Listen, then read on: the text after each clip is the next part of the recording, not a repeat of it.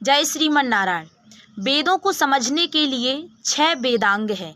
मतलब आप वेद पढ़ तो सकते हैं, लेकिन उसको पढ़ने की का भी एक तरीका है कि आपको किन किन बातों की जानकारी होना चाहिए। तो 6 वेदांग हैं, उनमें से आपको शिक्षा, पहला वेदांग है शिक्षा। मतलब आपको शिक्षा होनी चाहिए, आपको जानकारी होना चाहिए, गुरु के मार्गदर्शन में आपको पढ़ना चाहिए, जिसके बाद जिसको विस्तृत उस बारे में जानकारी हो।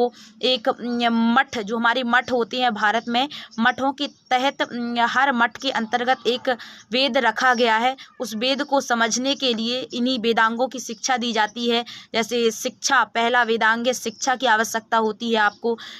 शिक्षा कल्प, कल्प मतलब कर्मकांड की आवश्यकता होती है। शिक्षा कल्प व्याकरण, व्याकरण मतलब क्योंकि संस्कृत में व्याकरण होती है, तो व्याकरण के बारे में आपको पूरा व्याकरण आपसे बनना चाहिए, तभी आप उसके एक एक अर्थ को बहुत अच्छे तरीके से समझ सकते हैं।